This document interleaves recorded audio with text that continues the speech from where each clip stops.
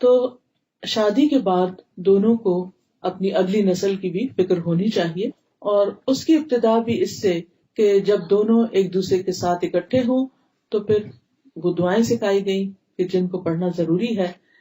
نبی صلی اللہ علیہ وسلم نے اس خاص موقع کے لیے دعا سکھائی، بسم اللہ اللہم جنبنا الشیطان وجنب الشیطان ما رزقتنا.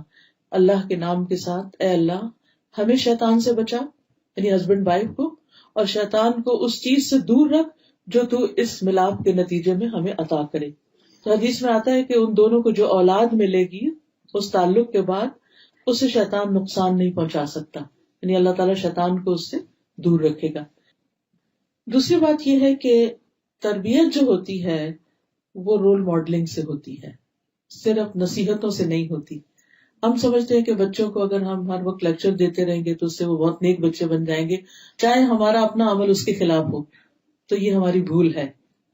بچے ہماری باتوں سے زیادہ ہمارے ایکشنز کو دیکھ رہے ہوتے ہیں، اور وہ بہت کچھ اظہار نہیں کر پاتے لیکن بہت سمجھ رہے ہوتے ہیں کہ ماں باپ کر کیا رہے ہیں. حتیٰ کہ جب وہ سمجھنے کے قابل ہو جاتے ہیں نا، تو آپ نے دیکھا ہوگا کہ جو ذرا سے بچے بڑے ہوتے ہیں تو پھر وہ آپ کو بتانے لگتے ہیں اب امی یہ کہیں گی، اب یہ ہوگا، اب یہ ہوگا، پورا پریڈکٹ کر دیتے ہیں. تو وہ کہہ دیتے ہیں اب مجھے پتا ہے اب آپ مجھے کیا کہنے والی ہیں، اور اب آپ مجھے اس سے روک دے گی، اور اب ایسا ہوگا اور ویسا ہوگا. تو چھوٹے ہوتے ہوئے بھی وہ ہمیں دیکھ رہے ہوتے ہیں اور سمجھ رہے ہوتے ہیں. اب دیکھیے کہ جس ماں کے ساتھ پیٹ میں اتنے کلوز انہوں نے 9 مہینے گزارے اور پھر اس کے بعد دودھ پیا اور دن رات ساتھ رہے، وہ کیسے نہیں ماں کے مزاج کو سمجھیں گے کہ ماں کیا کرتی. اس لیے بہت ضروری ہے کہ بچے کے ساتھ ہم آنےسٹ ہوں، اور جو چیز ہم اس میں لانا چاہتے ہیں وہ پہلے اپنے اندر لے کر آئیں، کیونکہ خالی بول جو ہیں یا خالی باتیں جو ہیں وہ کھوکھلی ثابت ہوتی ہیں اگر آپ ان پر خود عمل نہیں کر رہے. حضرت عائشہ کہتی ہیں جب سے میں نے ہوش سنبھالا میں نے یہی دیکھا کہ میرے والدین دین اسلام پر ہیں، ہما یدینان الدین، کہ وہ دیندار پیرنٹس ہیں. اب وہ اپنے ماں باپ کے حق میں ایک طرح سے گواہی دیتی ہیں. اسی طرح ہم بھی اپنے عام طور پر جب گفتگو کر رہے ہوتے ہیں تو اپنے ماں باپ کی نیکیوں کا ضرور ذکر کرتے ہیں کہ ہمارے والدین ایسے ہیں، ہماری امی یوں نماز پڑھتی تھی، ایسا کرتی تھی، ویسا کرتی تھی. ایک ایک چیز دیکھ رہے ہوتے ہیں، دوسروں کے ساتھ سلوک کیا کر رہے ہیں، سروینٹس کے ساتھ کیا کر رہے ہیں، گھر سے باہر کون رشتے دار آیا تو اس کے ساتھ پیش کیسے آئے ہیں، کس کو کیسے ویلکم کیا ہے، کس کے ساتھ تعلقات ٹھیک نہیں ہیں. اور بہت سی چیزیں تو مائیں ویسے بھی شیئر کرتی رہتی ہیں، اور کوئی نہیں تو جب اپنی فرینڈس کے ساتھ فون پہ کر رہی ہوتی ہے بچے سب کنورسیشن سن رہے ہوتے ہیں. تو اس لیے اس میں بھی بڑا محتاط رہنے کی ضرورت ہے کہ ہم کیا بول رہے ہیں ان کے سامنے. پھر اسی طرح یہ ہے کہ اولاد کو جب بچے ہو، چھوٹے ہو خاص طور پر، تو ان کو اپنے ساتھ نیک کاموں میں شریک کریں. بہترین تربیت اس وقت ہوتی ہے جب ہم ان کے ساتھ مل کے کوئی کام کر رہے ہوتے ہیں، چاہے وہ اسکول کا کوئی پروجیکٹ ہے، چاہے وہ ان کا قرآن کا ٹائم ہے یا نماز کا ٹائم ہے یا پھر کوکنگ ٹائم ہے، آپ کچن میں ہیں ساتھ اپنے لگا لیں. کیونکہ عموماً ہم اپنے کام میں بہت پرفیکشن چاہتے ہیں نا، تو ہم بچوں کو قریب نہیں پٹکنے دیتے، اور کہتے تم چلے جاؤ میں خود ہی کر لوں گی. اب کیا ہوتا ہے بچے بور ہوتے ہیں، آپ تو خود مصروف ہیں اور بچہ کے پاس کوئی کام نہیں کرنے کو، سارا دن اسکول سے پڑھ کے تک کیا ہے، اب اس کو کوئی موڈ نہیں ہے کہ اور کتابیں لے کے بیٹھے، تو اب اس نے کیا کرنا ہے، پھر وہ آپ کو فون لے لے گا، پھر آپ کو آئی پیڈ اٹھا لے گا، پھر وہ اس پہ جنگ و جدل شروع ہو جائے گی، وہ کچھ جا کے ٹی وی آن کر لے گا. تو تربیت تو نہ ہوئی. تو چھوٹے چھوٹے کام کچن کے، اور خصوصاً لڑکیوں کو بڑا شوق ہوتا ہے، تو چھوٹے چھوٹے کام ان کے لیے نکال کے رکھا کریں. اچھا آپ یہ کریں گے، آپ یہ کریں. آپ ایک اچھا شوہر اور اچھا خامن جو ہوتا ہے وہ بچوں کے لیے بھی اچھا ہوتا ہے، اور بچوں کے ساتھ شفقت اور محبت کو سلوک کرتا ہے. بعض اوقات میاں لوگ تھکے ہوئے آتے ہیں، گھر میں اگر شور ہو تو ڈانٹ ڈپٹ سے کام لیتے ہیں، اس سے بچے اور زیادہ باپ سے دور ہو جاتے ہیں. وہ یہ دیکھتے ہیں کہ باپ آتا ہے تو ماں بھی کہتی چپ ہو جاؤ، سارے سہم کے بیٹھ جاتے ہیں اور گھر میں ایک عجیب سی فضا پیدا ہو جاتی. لیکن اس کے برعکس نبی صلی اللہ علیہ وسلم بچوں کے ساتھ شفقت اور محبت کا سلوک کیا کرتے تھے. ابو ہریرہ کہتے ہیں کہ رسول اللہ صلی اللہ علیہ وسلم نے حسن بن علی کو بوسہ دیا. آپ کے پاس اقرا بیٹھے ہوئے تھے، کہنے لگے کہ میرے 10 بیٹے، میں نے کسی کو بوسہ نہیں دیا. تو آپ نے ان کی طرف دیکھا اور فرمایا جو رحم نہیں کرتا اللہ اس پر رحم بھی نہیں کرتا. یعنی آپ بچوں کو اٹھاتے، پیار کرتے، ساتھ لگاتے، چومتے. ام سلمہ کی بیٹی تھی زینب، تو آپ ان کو زینب زینب کہا کرتے تھے، یعنی تصغیر کے ساتھ پیار سے بلاتے. پھر بچوں کی عزت بھی کیا کرتے تھے، ان کو رسپیکٹ دیتے.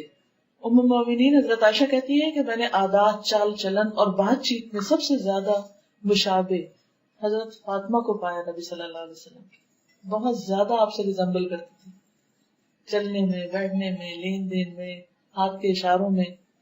جب وہ آپ کے پاس آتی آپ ان کے لیے کھڑے ہو جاتے، بیٹی کے لیے کھڑے ہو جاتے، ان کا ہاتھ پکڑتے، انہیں بوسہ دیتے، انہیں اپنی جگہ بٹھاتے.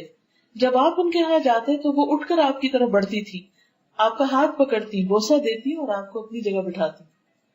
یہ تھا باپ بیٹی میں محبت کا تعلق. آج آپ دیکھیے کہ ہمارے گھروں میں کیا واقعی بیٹیوں کے ساتھ ایسا سلوک کیا جاتا ہے؟ یا امت کے مرد بھی اپنی بیٹیوں کے ساتھ یہ سلوک کر رہے ہیں؟ اگر نہیں تو فکر کی بات، کیونکہ یہ بھی آپ کی محبت کی شرط ہے کہ آپ کے طور طریقے بھی اختیار کیے جائیں.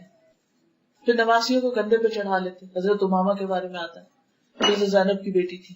آپ نماز میں ہوتے تو ان کو بٹھا لیتے اپنے کندھے پر، رکوع پہ جاتے تو اتار دیتے، جب کھڑے ہوتے پھر چڑھا لیتے. حالانکہ آپ امامت کر رہے ہوتے تھے. بچے نماز کی حالت میں آپ کی پشت پہ سوار ہو جاتے اور آپ اپنا سجدہ لمبا کر دیتے تھے جب تک وہ اٹھتے نہیں تھے. بڑے بچوں کو بھی پیار سے اپنی چادر کے نیچے گھسا لیتے تھے. جیسے ایک دفعہ آپ نے حضرت حسن حسین کو چھپایا اور حضرت علی آئے تو آپ نے ان کے اوپر بھی اپنا کپڑا کر دیا. لیکن اس کے ساتھ ساتھ ان کو ادب بھی سکھاتے تھے، یعنی صرف پیار ہی نہیں، لاڈ ہی نہیں، بلکہ تمیز بھی سکھائی. حضرت عمر بن ابی سلمہ کہتے ہیں کہ میں بچہ تھا اور میں آپ کی پرورش میں تھا، تو میں جب کھانا کھاتا تو سارے برتن میں ہاتھ گھماتا تو آپ فرماتے کہ بسم اللہ پڑھ کے کھاؤ، اپنے آگے سے کھاؤ اور دائیں ہاتھ سے کھاؤ. یعنی بچے اگر کھانے کی میز پر بدتمیزی کر رہے ہیں یا صحیح سے نہیں کھا رہے تو صرف ماں کا فرض نہیں کہ بیچاری کانشیس ہو کے اور تکلیف اٹھائے اور بار بار وہ اس کی اصلاح کرے، بلکہ باپ کو بھی اس وقت اپنا رول پلے کرنا چاہیے. پھر اسی طرح یہ کہ حلال حرام کی تمیز. حضرت حسن نے ایک مرتبہ کھجور اپنے منہ میں لے لی تھی تو آپ نے اس کو کہا کہ یہ صدقہ کی کھجور ہے اور اس کو کہہ کے نکلوا دیا. پھر اسی طرح بچوں سے محبت کو بھی اعلان کہتے ہیں. آپ فرماتے فاطمہ میرے جسم کا ٹکڑا ہے، اس لیے جس نے اسے ناحق ناراض کیا اس نے مجھے ناراض کیا. پھر داماد کے ساتھ آپ کا معاملہ بہت اچھا تھا، حضرت علی رضی اللہ تعالیٰ عنہ کے ساتھ. پھر حضرت ابو العاص کے ساتھ آپ ان کی تعریف کرتے تھے. آپ نے بنی عبد شمس یعنی بنی امیہ میں سے اپنے داماد ابو العاص کا ذکر کیا اور اس کی تعریف کی اور خوب کی. پھر آپ نے فرمایا اس نے مجھ سے بات کی تو سچی کی، وعدہ کیا تو پورا کیا. پھر اسی طرح حضرت علی رضی اللہ تعالیٰ عنہ ایک دفعہ حضرت فاطمہ سے ناراض ہو کر تو مسجد میں جا کے سو گئے تو آپ صلی اللہ علیہ وسلم فوراً اٹھے اور خود جا کر ان کو تلاش کیا. دیکھا تو وہ زمین پر لیٹے ہوئے اور ان کے جسم پر مٹی بھی لگ چکی ہے. رسول اللہ صلی اللہ علیہ وسلم ان کے جسم سے دھول کو جھاڑ رہے تھے اور فرما رہے تھے اٹھو ابو تراب، اٹھو ابو تراب. یہ نہیں کیا کہ بیٹی کی بیعت کے باتیں سننے لگے کہ اچھا پھر وہ ناراض ہے تو کیوں تم بھی ناراض ہو جاؤ، یا نہیں تمہاری پرواہ کرتے تو آؤ میں تم سے اتنی محبت کرتا ہوں گھر واپس آ جاؤ. یہ محبت نہیں ہوتی. عام طور پر ہم انتہائی درجوں پہ پہنچ جاتے ہیں کہ بس ٹھیک ہے اگر یہ بات ہے پھر اس کے بعد معاملہ ختم. دیکھیے ہم سب انسان ہیں، غلطیاں ہوتی ہیں، کمی بیشی ہوتی ہے، لیکن یہ رشتے بہت پیارے رشتے ہوتے ہیں. ان کا ایک لحاظ اور احترام رکھنا چاہیے اور ہر بات میں انتہا درجے پہ نہیں پہنچنا چاہیے. اب آپ دیکھیے کہ حضرت انس جو ہیں وہ 10 سال آپ کے پاس رہے اور وہ کیا کہتے ہیں کہ کبھی آپ نے اف تک نہیں کی، یعنی مجھے ڈانٹا نہیں، کبھی مجھ سے ناراض نہیں ہوئے، کبھی میرے پہ سختی نہیں کی. اور کبھی کبھی وہ بچے تھے تو جو کام نہیں بھی کرتے تھے تو آپ ان کے اوپر سختی نہیں کرتے تھے، پیار سے دوبارہ یاد دلا دیتے. جیسے بچوں کو کام کرنا کہتے اچھا کرتے پھر بھول جاتے ہیں، پھر ہم ڈانٹتے اچھا تم نے سنا نہیں تھا.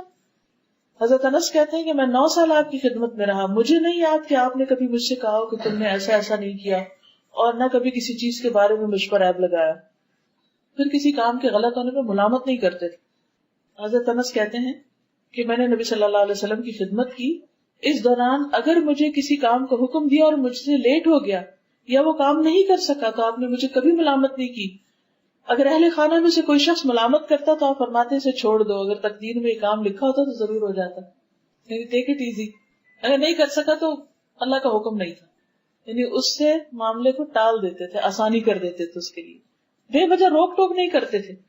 ایک یہ چیز بچوں کی کریٹیوٹی کو مار دیتی ہے. ہم اپنے گھروں کو اتنا ایک بت خانہ بنا کے رکھ دیتے ہیں کہ ہر طرح کے اس میں ڈیکوریشن پیس سجا دیتے ہیں، پھر بچہ ہاتھ لگانے اس کو پکڑ پکڑ کے روکتے، پھر بچے کو روکتے، اس بچے کی جو آگے بڑھنے کی صلاحیت ہے وہ ختم ہو جاتی.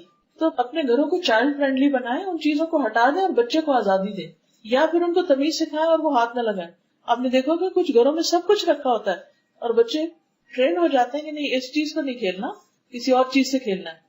تو دونوں طریقوں میں ان کی ٹریننگ ضروری ہے، بجائے اس کے کہ یا تو آپ گھر کو بالکل ایک کھنڈر ویرانہ بنا دیں، اور یا پھر یہ کہ ان کو ہر وقت ڈانٹ ڈپٹ سے کام لیں. دونوں ہی طریقے ٹھیک نہیں.